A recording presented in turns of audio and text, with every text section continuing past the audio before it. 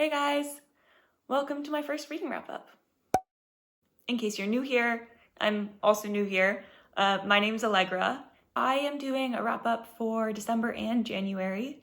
I don't read a ton of books per month, so it made most sense to me to split my wrap-ups into month chunks. My plan going forward is to do a wrap-up every few months, maybe every 10 or so books. And for December and January, I happened to read exactly 10 books. So I'm going to be going through these from lowest to highest average rating on Goodreads. I just thought that would be a fun way to organize it, just to kind of see if I generally agree or disagree with the readers on Goodreads. So I read a total of 10 books in December and January. They weren't my best reading months. My average rating was about a 3.4 star. I am currently house sitting. I'm living in the UK at the moment, but I'm originally from the US and I've been traveling all over. So I don't have a lot of physical books with me. So I only read 2 physical books this month. I did read 4 ebooks. I read on my Kindle all the time and I use my library through the Libby app. I read 3 books in a combination of audio and ebook, and I read 1 book exclusively on audio. So starting in 10th place with the lowest average rating on Goodreads, I have A Dark and Drowning Tide by Allison Saft. Goodreads' average rating of this is 3.62, and I gave this a 2 star. So not terribly off. It is one of the lower books that I gave this month. Not the lowest, you'll see that coming. I did give a 1 star this month. I was really intrigued by this because it is a fantasy, it's sapphic, and it has a strong root in Jewish history. Basically, the plot is kicked off when the main characters, honestly, I don't remember their name. I know the rival's name is Sylvia, and I don't remember the main character. That probably tells you how much I enjoyed this book. They go on this expedition, and their mentor on this mission gets murdered on the boat they're on. And it turns into kind of a locked room mystery. They're there with 5, I believe, other people, and they're the only 2 that they can trust. So even though they're rivals, they end up having to work together and trusting each other. And it was a really strong setup, but it felt like it just kind of lost the plot, especially once the romance started picking up. I could not deal with the decisions the main character especially was making. She knew that the only person she had to trust was Sylvia, but she continuously lied or hid things from Sylvia, and that was really frustrating. And then as the plot continued, it was really hard to figure out where in time they were. I feel like it was a lot of jumping back and forth. I couldn't tell where they were in this world. It ended up being unnecessarily confusing and kind of letting go of the interesting mystery plot. It also had a weird kind of pro-colonial undertone to it, which I've seen other people call out as well, so I'm glad that I wasn't the only one who picked up on that. Basically, I liked the setup, but I was really disappointed by how it ended up going. Yeah, so that was A Dark and Drowning Tide by Allison Saft. Book number 9 was The World Keeps Ending and the World Goes On by Franny Choi. Goodreads has this rated as an average of 3.98, and I fully disagree. This was 5 stars for me. This is my favorite book of the past 2 months. I thought it was incredible. This is a poetry collection by Franny Choi, and there were poems of hers that felt like she was unscrewing the lid of my brain and pulling out my emotions and my thoughts and my feelings. I've never felt so seen by a poetry collection.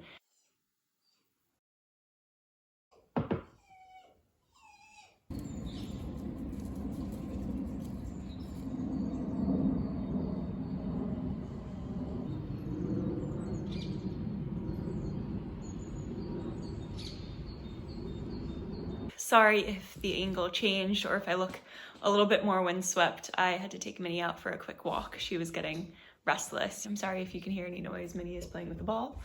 You might be able to see her. Anyway, okay, back to the books. The third from lowest, the 8th book on this list, is To Fear the Flames by Olivia Rose Darling. Goodreads gave this an average of 3.85, and to me this was a solid 3 star. I think this would be in the romantasy category. I picked it up just because I saw a lot of people talking about it from the past few years on BookTube. I knew this probably wasn't going to work out for me. I'm not a huge romance reader. This book is basically about the lost princess of this kingdom who, when she was really little, someone came and gave her dragon eggs. And when she's given these dragon eggs as a baby, they hatch for her. And there's this prophecy that she has this unbreakable connection to these dragons, and it will either be the savior or the ruin of the kingdom. So out of fear, her father locks her away and she escapes, and then the rest of the book is kind of a quest for her to get her dragons back. This fantasy world felt very shallow to me. There wasn't a lot of world building. There were these random creatures that would come out of nowhere with no explanation. Magic wasn't really explained. So I didn't love the world building in this book, but I did have a good time reading this. The main character, Princess Elwyn, and the love interest, Caden, there are parts of their relationship that I really liked. I like the banter. I love that she doesn't take any shit from him. And there is a level of respect and understanding that is a lot deeper than I expected. They both have a very dark past and also very dark instincts, and they fully support each other in ways that a lot of other people would never understand or would never support. As well, at the center of this, there's a really lovely platonic male-female relationship. What really bothers me is that it seems like this is only allowed to happen because the guy in this platonic relationship is gay. It felt like she maybe didn't believe that they could have a platonic relationship if he wasn't gay, and that really bothered me. Besides that, the plot of this felt really nonsensical to me, and it went from really dark, raw, emotional scenes of Caden and Elwyn confronting their past and confronting their trauma to them seeming to forget that they're in the middle of enemy territory and trying to fight a war. Also, I was promised dragons in this book. There were no dragons. The dragons were barely mentioned for most of the time. It seemed like even though her unbreakable bond drew her to these dragons, she would forget all about them whenever she was with Caden. So that really annoyed me, and I ended up giving this 3 stars. So books 6 and 7 on this list are tied. They're both an average of a 4.13 on Goodreads. So I'm gonna start with the one that I didn't like as much and then go on to the one that I liked more. The book that Goodreads gave a 4.13, but I gave 3 stars, was Swordheart by T. Kingfisher. I know this is an unpopular opinion, and I think that what I'm learning from this is that if I'm going to be reading fantasy, it really is to focus on the fantasy, not the romance element. So Swordheart is about this woman who is in this bad family situation in order to escape this household and a forced marriage with her cousin, and for her nieces to still get the money she inherited. Hala, our main character, decides to kill herself with this decorative sword. When she opens the sword, it turns out that there's a man living inside the sword and is sworn to protect whoever wields the sword, which is now Hala. They go on this adventure throughout the kingdom to try to fix the issues with her inheritance, and there was a lot that I really enjoyed about this. I loved the humor and I loved the world building, and despite the coziness, there were still stakes that made it feel like things could go wrong. I also really loved the characters. I loved Sarkis, I loved Hala, and most of all, I loved Brindle, who was the little creature that was guiding the ox cart that they were taking. There's a lot of traveling together and a lot of really seeing how the relationships between these characters progress. But towards the end, it all just felt like it was moving too easily. Things were getting resolved really easily, and a lot was being taken up by the romance, which I'm not a huge fan of, as I've said.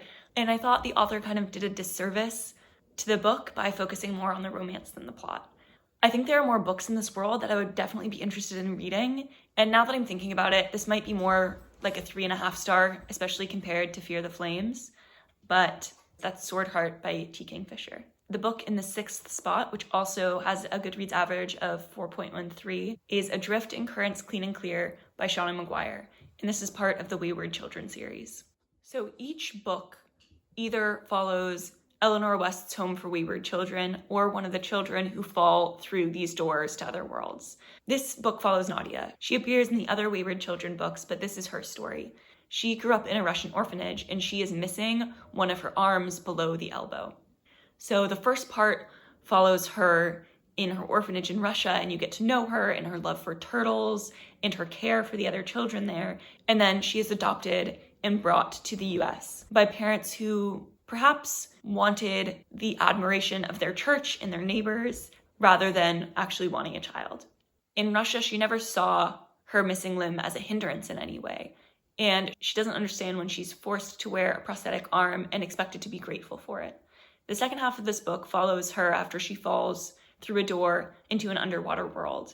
My favorite parts of this book were the messages about what society sees as a disability and what it means to be whole.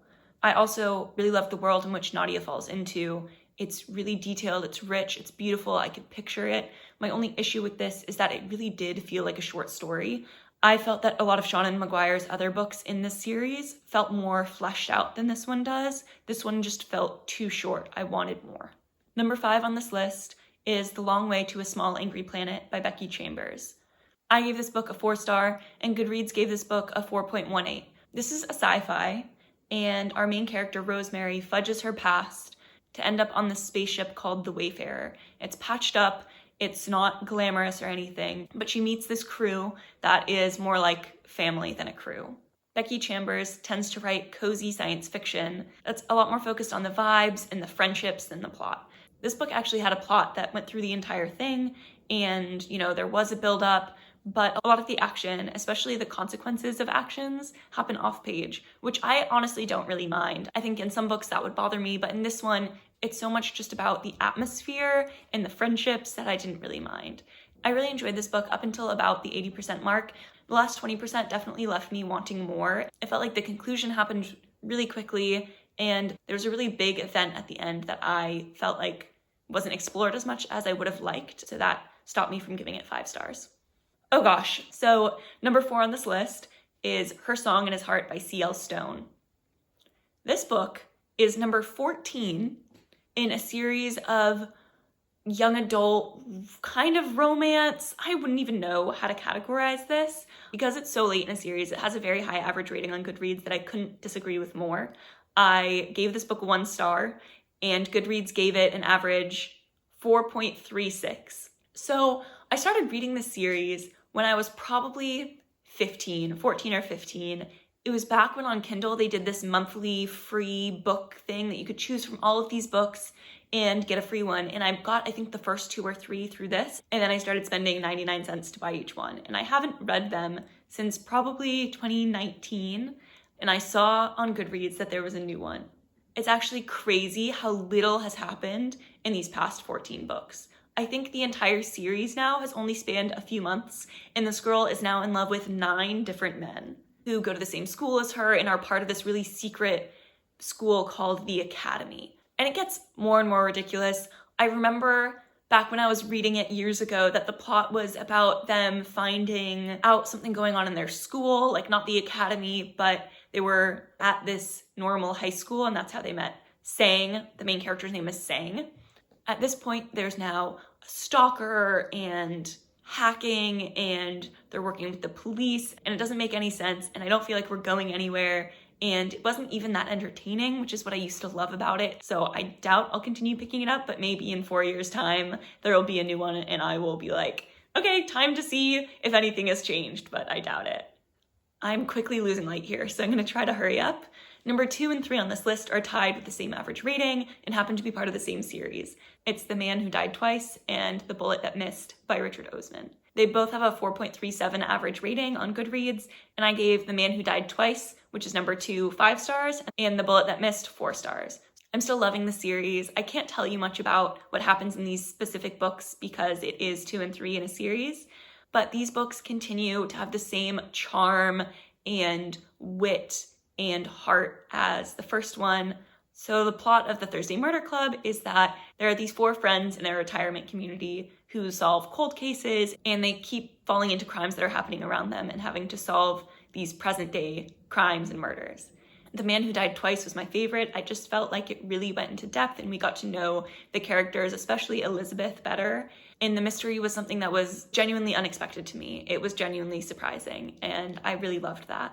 Number 3, I still loved. I loved the relationships and the hijinks that they get into, but it did start feeling a little formulaic to me, which I didn't really mind. A lot of why I read these books is for the coziness, and so I don't mind that it started to feel a little canned. We're still learning more about the 4 main characters, and I'm really excited to read the next one. I have it physically with me, and I just haven't been able to bring myself to pick it up, but I do know that the next book is coming out later this year, so hopefully this month I'll get to it. And finally, number 1, the highest average Goodreads rating on my December and January reading list. This is Why I Wake Early by Mary Oliver. It has an average Goodreads rating of 4.41, and I gave it 3 stars, which is shocking because I love Mary Oliver. Upstream and House of Light are two of my favorite poetry collections, and so it was really disappointing that I just didn't connect to this one as much. There's nothing that I can really point out as bad, I just didn't connect to it as much, so that was pretty disappointing for me, but I'm still looking forward to reading her other collections. So that was all 10 books I read in the months of December and January. If you've read any of these books and you have similar or different opinions to me, let me know, I'd love to hear. And if there are any books that you think that I would really enjoy based on my enjoyment of these books, let me know. And see you next time.